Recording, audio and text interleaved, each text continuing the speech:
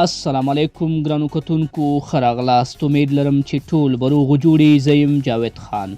ګرانو کتونکو لکه څنګه چې په تېره ویډیو کې ما تاسو ته د سویزرلند یا سویس هیواد د بشر دوستانه ویزې په اړه مکمل معلومات درکړي او تاسو ته ما طریقه ښودلې وه چې تاسو څنګه کولی شئ چې دغې ویزې ته ثبت نام یا نوملیکنه وکړئ. که چیرته ګرانو کتونکو تاسو دغه ویډیو نه وي کتلي، زموږ دغه چینل دی، چینل ته راشئ او دغه ویډیو د ګرانو کتونکو چې 3 ورځې مخکې دغه ویډیو مونږ اچولې ده، تاسو پې داسې کلیک واخلئ. ګرانو کتونکو په دغه ویډیو کې به ګرانو کتونکو تاسو ته د سویس یا د سویزرلند هیواد د بشر دوستانه ویزې په اړه مکمل معلومات درکړی شي. په تېره ویډیو کې ګرانو کتونکو ما تاسو ته یادونه کړې وه چې تاسو څنګه کولی شئ چې د دغه هیواد بشر دوستانه ویزې ته نوملیکنه وکړئ. لکه څنګه چې ګرانو کتونکو په تېره ویډیو کې ما تاسو ته یادونه کړې وه چې د دغې ویزې د فورمې ډکولو مکمله طریقه به زه تاسو سره شریکوم. ګرانو کتونکو په همدې ویډیو کې زه تاسو ته د دغې ویزې د فورمې ډکولو تفصیلي بڼه یا بشپړه بڼه خپره کړمه چې تاسو په مکمل ډول څنګه کولی شئ چې د سویزرلند یا سویس هیواد بشر دوستانه ویزې ته اپلیکیشن یا فورما یا فارم ډک کړئ. ګرانو کتونکو د فارم ډکولو لپاره به تاسو راشئ زموږ چینل ته او دلته کې ګرانو کتونکو دغه ډسکرپشن برخې ته به لاړ شئ. داسې دلته کې وګورئ ما تاسو ته د ویزې په اړه معلوماتي لینکونه اچولي دي. دلته وګورئ ګرانو کتونکو د فورم لینک. تاسو به ګرانو کتونکو د فورم لینک په دې لینک به داسې کلیک واخلئ یا به لینک را کاپي کړئ، په خپل بروسر کې به یې واچوئ. کله چې په دې لینک باندې کلیک واخیستو ګرانو کتونکو تاسو به ویب سایټ ته بوځئ او د هغه ځینې به ځان لپاره فورما را ډاونلوډ کړي. دغه ویب سایټ ورسره خلاصیږي. وګورئ ګرانو کتونکو دغه ویب پاڼه یا دغه سایټ موږ سره را خلاص شو. دلته تاسو کولی شئ چې راشئ نیشنل ټایپ ډي ویزا اپلیکیشن فارم باندې داسې کلیک واخلئ. دلته به ګرانو کتونکو تاسو راشئ دغه 2م نمبر PDF فایل باندې به داسې کلیک واخلئ. ګرانو کتونکو دا به مستقیما تاسو ته دغه اپلیکیشن را ډاونلوډ کی او ستاسو ډاونلوډ فولډر ته به لاړ شي. دلته وګورئ ګرانو کتونکو دغه فایل زموږ سره را ډاونلوډ شو. تاسو به لږ انتظار وکړئ تر څو چې دا فایل را ډاونلوډ شي. نو ګرانو کتونکو ګورئ زموږ سره فایل ډاونلوډ شو. بیا به همدلته تاسو دې باندې داسې کلیک واخلئ. که چیرې دلته کې تاسو پیدا نه کړئ نو تاسو سره ستاسو د ډاونلوډ فولډر ته راځي. زه به دلته راشم ګرانو کتونکو په خپل کمپیوټر کې به ډاونلوډ فولډر داسې سرچ کړم. ډاونلوډ برخې ته به تاسو لاړ شئ. دلته وګورئ ګرانو کتونکو دا زموږ سره د ډاونلوډ فولډر دی. تاسو سره به هم دغه فورما همدې فولډر ته را ډاونلوډ شوي وي. فورما به داسې را خلاصه کړئ. فورما چې را خلاصه شوه ګرانو کتونکو د دغې فورمې ډکول ډېر اسانه دي. زه دلته کې راځم مکمله طریقه یې تاسو سره شریکوم چې تاسو دغه فورما څنګه کولی شئ چې ډکه یې کړئ. وګورئ ګرانو کتونکو په دې فورما کې به تاسو خپل تصویر اول نه لګوئ. دلته به راشئ ټول معلوماتونه به ډک کړئ، هغې نه وروسته به دا پرنټ کړئ او بیا به دې برخه کې خپل تصویر یا فوټو په دې باندې ولګوئ. زه راځم ګرانو کتونکو د فورمې ډکول تاسو سره لږ شریکوم. دلته وګورئ ګرانو کتونکو اول سوال کې تاسو نه سرنیم یا ستاسو تخلص غواړي. لکه زه دلته راځم او ورته رحماني لیکم. بیا داسې راځم سرنیم اډبرټ. دا ګرانو کتونکو ستاسو د کوچنیوالي تخلص دی. که تاسو ته یاد وي دلته یې ولیکئ، که نه وي یاده بیا به راشئ 3مې پوښتنې ته او دې برخه کې به دلته کې خپل نوم ولیکئ. نوم هم چې ولیکلو ګرانو کتونکو د دې نه وروسته به تاسو راشئ ډیټ آف برډ، خپل د پیدایښت کال به ولیکئ. پیدایښت کال کې به اول ګرانو کتونکو تاسو ورته ورځ ولیکئ، بیا به داسې فاصله ورکئ، بیا به ورته میاشت ولیکئ. له دې نه وروسته به ګرانو کتونکو تاسو ورته خپل د پیدایښت کال ولیکئ. لکه زه راځم 1994 ورته لیکم. له دې نه وروسته ګرانو کتونکو پلیس آف برډ، خپل د پیدایښت ځای به ورته ولیکئ چې تاسو چیرته پیدا شوي یاستئ، کوم ولایت کې پیدا شوي یاستئ. نو ګرانو کتونکو پلیس آف برډ کې زه ورته ننګرهار لیکم. تاسو چې د هر ولایت یاستئ، د هر ځای یاستئ، هماغه به ورته ولیکئ. بیا به راشئ 6مې پوښتنې ته ګرانو کتونکو کانټري آف برډ، تاسو په کوم هیواد کې پیدا شوي یاستئ. نو دلته کې زه ورته ګرانو کتونکو افغانستان لیکم. تاسو چې ګرانو کتونکو د هر هیواد یاستئ هماغه هیواد به دلته ورته ولیکئ. له دې نه وروسته کرنټ نیشنلټي، اوس مهال چیرته ژوند کوئ، په افغانستان کې ژوند کوئ که د افغانستان نه بهر ژوند کوئ. نو تاسو چې هر ځای کې ژوند کوئ دلته به ورته ولیکئ. ګرانو کتونکو زه ورته افغانستان لیکم. نېشنلټي اټ بلډ ستاسو پیدایښت په کوم ځای کې شوی دی. امکان دی ولري ګرانو کتونکو ځینې دوستان داسې وي چې اصلا د افغانستان وي خو دوی پیدا شوي په بل هیواد کې وي نو د هماغه هیواد نوم به هم دلته ولیکئ. نو دلته بیا هم ګرانو کتونکو زه ورته افغانستان لیکمه. کلم چې ګرانو کتونکو نېشنلټي اټ بلډ یا د خپل پیدایښت اولین ځای مو ولیکلو بیا به راشئ سیکس یا جنډر ته به راشئ. دلته زه ورته میل انتخابوم. نو که چیرې تاسو فیمیل ته فورمه ډکوئ فیمیل هم انتخابولی شئ او که میل وي میل ورته هم انتخابولی شئ. له دې نه وروسته ګرانو کتونکو راځو نهمې پوښتنې ته میریچیل سټیټس ستاسو اوسنی حالت څه قسم دی واده مو کړی مجرد یاستئ هر ډول چې وي دلته کې ټول شته دی. زه ورته ګرانو کتونکو فار اګزامپل دلته کې سنګل انتخابوم. بیا راځم ګرانو کتونکو لسمې برخې ته. لسمه برخه کې به تاسو خپل د پلار تخلص نوم او د پیدایښت ځای ولیکئ. وګورئ ګرانو کتونکو فادر سرنیم به ولیکئ فرست نیم به ولیکئ پلیس ان کانټري به ولیکئ. لکه فار اګزامپل زه دلته راځم ګرانو کتونکو خان احمد ننګرهار کاما افغانستان. وګورئ ګرانو کتونکو تاسو به هم په دغه ترتیب باندې ولیکئ. خپل د پلار تخلص به ولیکئ نوم به ولیکئ ولایت به ولیکئ چې کوم ولایت کې پیدا شوی دی او ګرانو کتونکو بیا به تاسو ورته خپل هیواد ولیکئ. له دې نه وروسته ګرانو کتونکو د مور نوم تاسو نه غواړي نو تاسو به دلته کې راشئ. فار اګزامپل زه ورته دلته لیکم بیبي هوا او له دې نه وروسته ګرانو کتونکو تاسو ولایت یې لیکئ او مملکت یا هیواد یې لیکئ. ستاسو د مور بیبي تخلص نوم کوم ولایت کې پیدا شوي او په کوم هیواد کې. دام چې ولیکلو ګرانو کتونکو لاړ به شي بلې صفحې ته 12مې پوښتنې ته. په دې برخه کې به ګرانو کتونکو که چیرې تاسو واده کړی وي او تاسو اولادونه ولرئ د خپلو ټولو اولادونو نومونه به دلته کې ذکر کړئ. لکه اول به تاسو د خپلو اولادونو تخلص ولیکئ. مثال په ډول زه دلته کې راځم ګرانو کتونکو لیکم رحماني بیا ورته نوم لیکم سلیمان بیا به داسې انټر واخلئ ګرانو کتونکو را به شئ د خپل دویم اولاد یا د خپل دویم ماشوم نوم او تخلص به ولیکئ. دلته کې د پیدایښت کال او بل څه په دې فورمه کې تاسو نه غواړي صرف دغه دوه شیان به تاسو ولیکئ. له دې نه وروسته ګرانو کتونکو تاسو به راشئ 14مې پوښتنې ته ټایپ اف ټراول ډاکومنټ. کله چې تاسو غواړئ چې د سویس هیواد یا سویزرلند یا بل اروپایي هیواد ته سفر وکړئ نو هلته کې کوم ډول سند لرئ د سفر لپاره ګرانو کتونکو تاسو کوم ډول سند لرئ. دلته کې ګرانو کتونکو زما سره آرډینري پاسپورټ دی عادي پاسپورټ دی. که تاسو سره ډیپلوماټیک پاسپورټ وي که سرویس وي که بزنس پاسپورټ وي هر ډول پاسپورټ چې وي دې برخه کې دلته شته دی تاسو انتخابولی شئ. له دغې نه وروسته ګرانو کتونکو راځو 14مې پوښتنې ته نمبر اف ټراول ډاکومنټ. دلته به تاسو خپل د پاسپورټ نمبر ولیکئ. زه دلته کې راځم ګرانو کتونکو پی او باندې شروع کیږي او دغسې یو نمبر وي ګرانو کتونکو تاسو به خپل د پاسپورټ نمبر دلته دقیق ولیکئ. ډیټ اف ایشو تاسو ته پاسپورټ په کوم تاریخ باندې درکړ شوی دا هم په پاسپورټ کې تیار ذکر دی هغې ځای نه به یې واخلئ. وګورئ ګرانو کتونکو زما پاسپورټ چې دی په 5 تاریخ 12مه میاشت 2022 کې اخیستل شوی دی. ویلیډنټل کوم تاریخ باندې ستاسو پاسپورټ ختمیږي. ګرانو کتونکو دې برخه کې به تاسو د پاسپورټ د ختمېدو نیټه ولیکئ.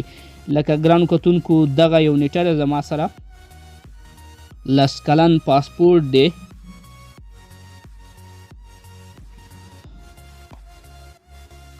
له دې نه وروسته ګرانو کتونکو اپلیکیشن هوم ادرس تاسو به د خپل کور دقیق ادرس ولیکئ. د مثال په ډول باندې ګرانو کتونکو زه راځم دلته کې لیکمه کابل PD 12 ناحیه او دې کې فار اګزامپل زه ورته د بلاک نمبر 12 لیکم. نو دا ګرانو کتونکو د کور مکمله پته شوه. تاسو به د خپل کور مکمل ادرس دلته کې ولیکئ. کلم چې دا کوډ ولیکو ګرانو کتونکو بیا به تاسو خپل نمبر دلته ولیکئ داسې. له دې نه وروسته به خپل ایمیل ادرس ولیکئ. لکه زه دلته کې راځم ګرانو کتونکو خپل ایمیل ادرس هم ورته داسې ټایپ کوم.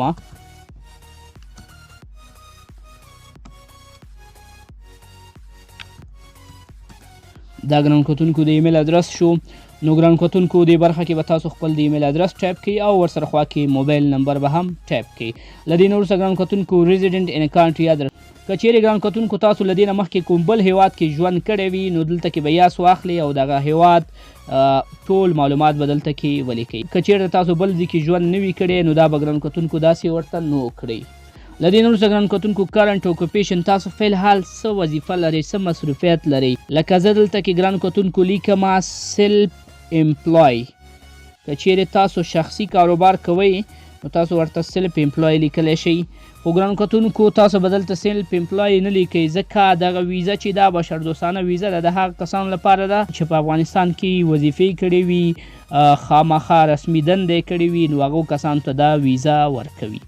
راځو ګرانو کتونکو شلمې پوښتنې ته یا شلمې برخې ته امپلایر ان امپلایر ادرس ان ټلیفون نمبر فار سټوډنټ نیم ان ادرس. ګرانو کتونکو دغه برخه چې ده دې کې به تاسو خپل د وظیفې ادرس به ولیکئ. که چیرې تاسو محصل یاستئ نو تاسو به ګرانو کتونکو دلته کې ولیکئ چې د کوم پوهنتون محصل یاستئ، کوم ځای کې تاسو سټوډنټ یاستئ، او خپل د موبایل نمبر به هم ولیکئ. لکه د مثال په ډول باندې ګرانو کتونکو زه راځم یو کس چې دنده کړې وي هغې لپاره زه د اپلیکیشن ډکومه نو دلته کې ما ورته آی ټي افیسر ولیکلو او بیا ګرانو کتونکو په کوم دفتر کې چې ما کار کړی د هغې موبایل نمبر مې دلته کې ولیکو. له دې نه وروسته ګرانو کتونکو راځو 21مې برخې ته پرپوز اف د سټې ان سویزرلند. تاسو سویزرلند ته ولې ځئ ګرانو کتونکو؟ هلته کې په وظیفه باندې ځئ، که فامیل سره خپل ګورئ، که تاسو د درس لپاره ځئ، که میډیکل لپاره ځئ او که بل هدف لپاره ځئ. نو دلته کې ګرانو کتونکو دا خو بشردوستانه ویزه ده، زه به ورته دلته کې هیومنټیرین ولیکم. دا هم چې ولیکله ګرانو کتونکو راځو 22مې برخه ته ډیوریشن اف د انټینډډ سټیټ. تاسو هلته کې څومره وخت لپاره پاتې کیږئ. دلته کې ګرانو کتونکو میاشتې لیکل کیږي. لکه زه ورته 30 میاشتې لیکمه یعنې 3 کاله. له دې نه وروسته ګرانو کتونکو راځو 23مې پوښتنې ته انټینډډ ډیټ اف ارایول. په کوم تاریخ تاسو هلته کې رسیږئ؟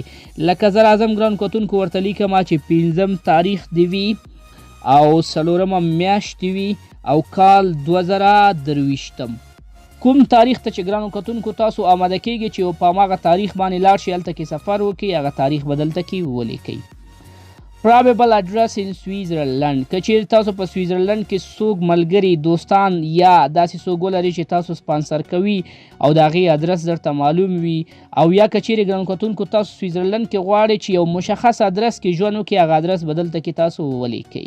نو دا ادرس هم ضروري دی ګرانو کتونکو، دلته به تاسو حتما ولیکئ. له دې نه وروسته ګرانو کتونکو نمبر آف انټري ریکوایر. په دغه ویزه باندې تاسو څو ځلې ځئ راځئ. نو دلته کې سنګل انټري هم شته دی، 2 انټري هم شته، مولټیپل هم شته. زه ورته مولټیپل انټریز انتخابوم. پریویس سټې ان سویزرلند. په سویزرلند کې مخکې تاسو ژوند کړی که نه هم دی کړی، زه ورته نو انتخابوم. راځو 20مې پوښتنه ګرانو کتونکو ان کیس اف فیملی ریونین. که چیرې ګرانو کتونکو تاسو فامیلي سپانسرشپ ولرئ، ستاسو فامیل تاسو ته دعوتنامه رالیږلې وي، نو دلته کې تاسو ته وي چې ګرانو کتونکو د دې کورنۍ تاسو هر ډول غړي چې یاستئ هغه غړیتوب د کورنۍ دلته تاسو انتخابوئ. ګرانو کتونکو که چیرې تاسو سپانسرشپ ونه لرئ نو دلته کې هیڅ هم مه لیکئ، دغه لاندې نوم او شیان هم تاسو بیا مه لیکئ. که فار اگزامپل تاسو د دغې کورنۍ یو غړي یاستئ، یو ماشوم یاستئ، نو دلته کې ګرانو کتونکو د فامیل د مشر تخلص به ولیکئ، بیا به یې نوم ولیکئ، پیدایښت کال به یې ولیکئ، نیشنلټي به یې ولیکئ. له دې نه وروسته ګرانو کتونکو اف د فیملی ممبر. که چیرې ګرانو کتونکو تاسو داسې یو کس سویزرلند ته دعوتوي چې هغه خپله هم اسناد ونه لري، نو دلته کې د هغې د یو معتبره سند نمبر باید تاسو ولیکئ چې هغه خپله په کوم ډول سند باندې هلته تللی. ګرانو کتونکو دغه برخه هم د فامیلي سپانسرشپ پورې اړه لري. که چیرې تاسو کوم فامیل سپانسر کوي، څوک مو غواړي سویزرلند ته، نو د هغوی مکمل ادرس به دلته کې ولیکئ، ادرس آف د فیملی ممبر. راځو ګرانو کتونکو 28مې پوښتنې ته نیم اینډ ادرس آف د امپلایر ایجوکیشنل انسټیټیوشن. که چیرته ګرانو کتونکو تاسو په تحصیلي ویزه باندې ځئ یا په میډیکل ویزه باندې ځئ، د صحت مشکل ولرئ، نو بیا ګرانو کتونکو تاسو چې کوم پوهنتون ته ځئ یا هلته کې د کوم روغتون له لارې ځئ د تداوي لپاره، د هغې نوم به هم دلته کې ولیکئ. ډسکریپشن اف د جاب. که چیرې تاسو په وظیفه باندې ځئ ګرانو کتونکو نو دلته به خپل د وظیفې معلومات ولیکئ چې تاسو د کومه وظیفه باندې هلته کې ځئ. راځو ګرانو کتونکو 30مې پوښتنې ته چې ډېره مهمه ده، او دا ډیکلیریشن د ټیکټ دی. تاسو چې ګرانو کتونکو سویس هیواد ته ځئ نو ستاسو د تللو مصارف د سفر مصارف څوک په غاړه اخلي. که تاسو خپل مصرف په خپله کوئ نو دغه یو به ورته ټیک مارک کړئ.